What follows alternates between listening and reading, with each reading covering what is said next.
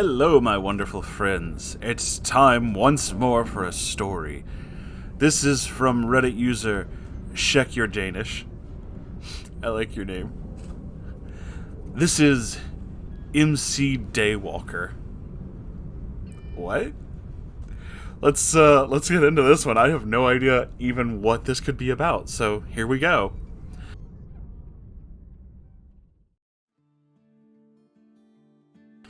Hi, Moonhorse. Hello. Possibly Sango. She's probably asleep right now, actually. And the rest of the Moon Cult. Hi, everybody. Today's story is a bit heavier than my others. Oh boy. It spans from about 2004 to present. I'm going to include some warnings for a lot of possible triggers, including assault, grooming, stalking, and the passing of a loved one. Oh my goodness. Oh boy. I would have liked to title this story... Hang on. Trust me. Okay, we had to make sure we're out of the first minute. That's what I was doing. Anyway, I would have liked to have titled this story Fuckface the Shitbrain Twat Waffle, but MC Daywalker might be a little bit better. I'm not allowed to say bad words within the first minute, so I was killing time.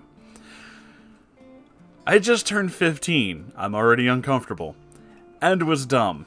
I'd learned from previous experiences and mistakes, but still had a lot to learn at this point. I just finished 9th grade and was out with friends, same weeaboo crowd from my other high school story. Some of them had just graduated and wouldn't be returning to our school the following September. During one of these outings is where I met MC Daywalker. He was not much taller than me, skinny, had red hair but no freckles. Not quite a ginger, just a daywalker. Is this a reference to something that I'm not getting? He had just graduated, so he was a bit older. He seemed nice, but I was too oblivious to realize he was hitting on me until a friend bluntly pointed it out to me. My protective friends liked him, so I figured this would be better than my last attempt at dating. He asked for my number. I said yes. He didn't call for a couple of weeks. Didn't want to look desperate, I guess? I don't know. But when he did, he asked if I'd like to go out with him. I said sure, but I wanted to go slow. And he agreed, as his girlfriend had just taken off on him for another one of our friends, gotten pregnant and married, all in the span of about 4 months. You kids work fast, jeez. We spent time together a few times, and then he really started pushing for intimacy. Oh no. At the same time, he insisted we keep our relationship secret because he was 18 and I had just turned 15.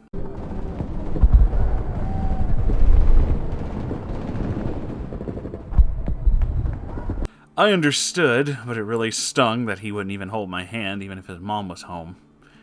Eventually, I started being more willing to try intimate things, but I was still absolutely clueless about most of it. He finally talked me into having full-on sex, and I was terrified. Understandably so. Moonhorse is just getting angrier. This should have been my indication that I was not, in fact, ready. It should have been clear to him too, but he had other things on his mind. Bit of a trigger warning here. First, it was painful. I couldn't help but let out a yelp. His answer to this was to put his hand over my mouth and just keep going. I want to strangle this motherfucker. Until he was just done. I never felt pain like that, and I bled a lot. He was mad at me because he thought I had gotten my period and that it was gross. What a son of a bitch. It didn't register in my mind that what had happened was assault.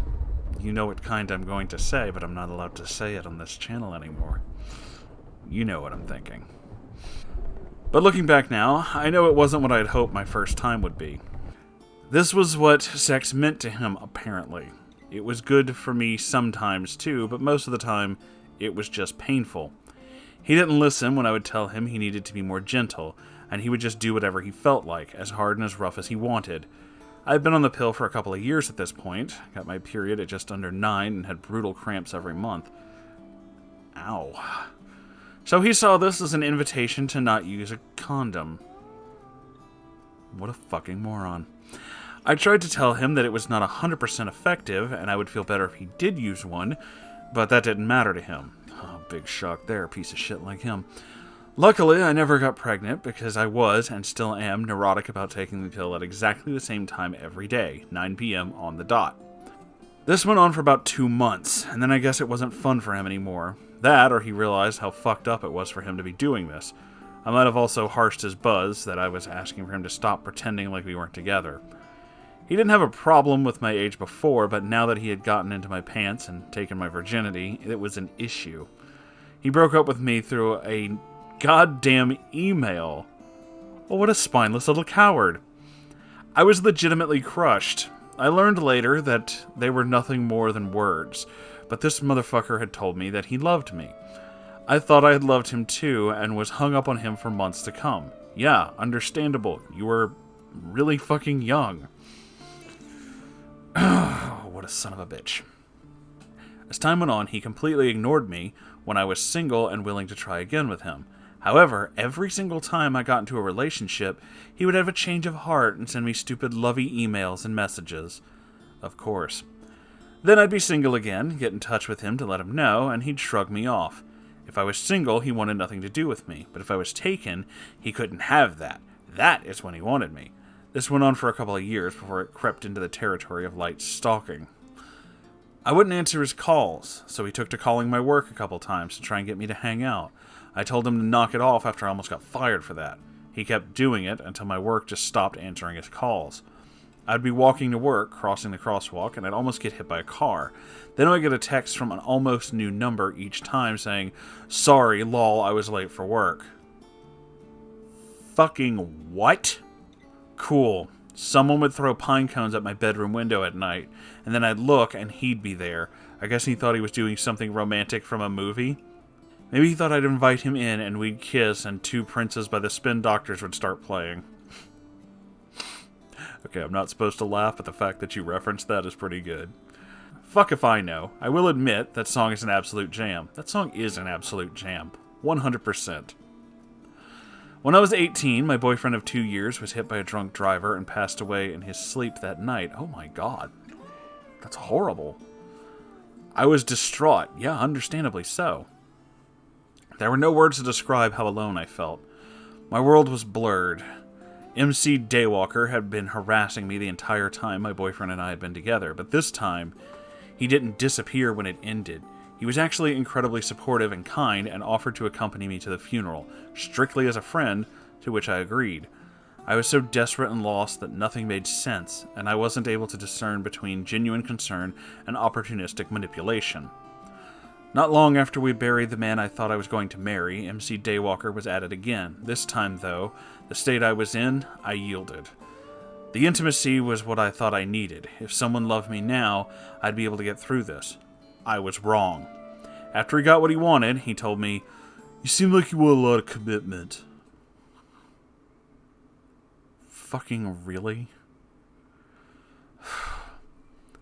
I snapped out of my hopelessly depressed state. That was that. Never again. No more silently wishing he would take me back. No more of this fake friendship. No more of these ulterior fucking motives. I was done. I had drawn a line in the sand with a big stick, and if anyone crossed that line, I would fuck them in the ear with that stick. Fucking goddamn right. The harassment and the stalking started up again, but I was certain about this. I was never going to give this sad excuse for a man another chance to hurt me. My walls went up and stayed up. Through my relationship with HH, a previous submission, until my next boyfriend. He was sweet and patient and understanding and helped me work through a lot, to the point where my walls came down a bit. There was no shortage of reaching out from MC Daywalker, however. When he found out I was dating someone, he put a white rose with a cheesy fucking letter in my mailbox. Burn them. The letter went on and on about how he had always loved me, and he did want to marry me, and just give him one more chance. Bullshit. The rose and the note went into the dumpster we had in our driveway for kitchen renovations. Good for you. All in all, the shit he put me through, he is suffering more without me in his life than I ever suffered with him as a part of mine. He's still head over heels in love with me to this day, and still reaches out sometimes. My boyfriend was mad about this at first, especially after finding out what kind of fucked up things that he has done, but after 5 years, he just feels bad for him now. Another message, huh? How fucking sad. I feel bad for the guy. He still got it bad for you. And I get it. I'm desperately in love with you too. But if this manky little redhead Burke shows up at our door or pulls any of that shit, I'm gonna go Ash Williams on his ass. Groovy. I like this guy. I really like this guy. He says this in his sexy Yorkshire accent. Some people think it's a goofy accent, and after hearing it every day for over 5 years, I agree it can be, but also legit makes me weak in the knees. Oh, that's adorable. When MC Daywalker messages me now, I make sure he knows that I've read it, but I never reply, because he isn't worth it. He managed to find out my address in a new city over 300 kilometers away, and sent me another letter. I opened it, read it, taped it shut, wrote return to sender on the envelope, and popped it into the mailbox. Good for you. I still get Facebook messages from him sometimes, but all he gets these days is left on read. That's all he deserves from me anymore. I'm almost intrigued to see what he does when my boyfriend and I get married in a year or two. I'd hope he'd know better than to pull some rom-com bullshit to show up at our wedding to do the whole I object bit, but who knows. Thanks for reading this. I wasn't counting on submitting both of these stories today, but what the hell, I'm in a typing mood. I love you, Uncle Moonhorse and Auntie Sango.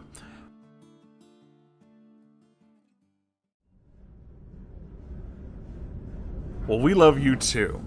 And holy shit, this guy sounds like an absolute fucking nightmare. Like, seriously, fuck this dude. And considering how much that he likes to follow things and do shit, and especially get in on all your stuff, I would not be surprised if he hears this. And if you do, seriously, dude, fuck off. Like, seriously. It's over. Grow the fuck up. Walk away. There's a bunch of things that you and I can definitely relate with. Check your Danish. I just saw your name again and it made me laugh. I'm sorry. I really like you. You have a great sense of humor. So does your boyfriend. I think you guys are great. Also, congratulations on your engagement. Totally kick-ass. I as well know about having people like that in your life. I went through something like that. I won't give out too many details. When I was a bit younger, very early in the kind of stuff that I'm doing now. Actually, I think it was slightly before that. But either way, it doesn't matter. Point is that, yeah, I know how you feel. And, yeah, people like that can be an absolute fucking nightmare. However, the most important thing is the same thing I always tell each and every one of you.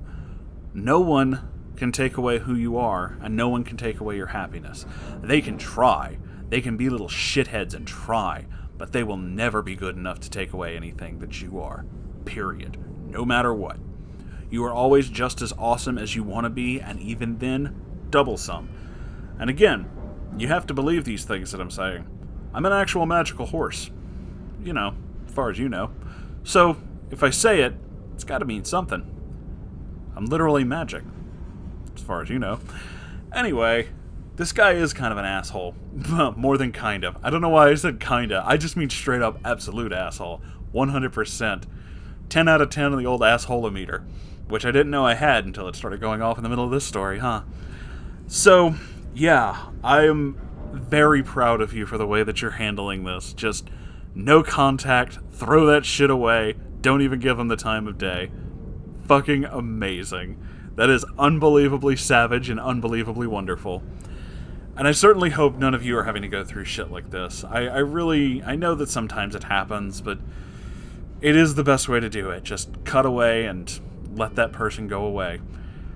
I really do hope that MC Daywalker learns to fuck off, but, well, you know, sometimes they come back, like that old Stephen King book. Or was it a short story? Either way, they made it into a movie one time. It was really weird. But, that's all there is for this video.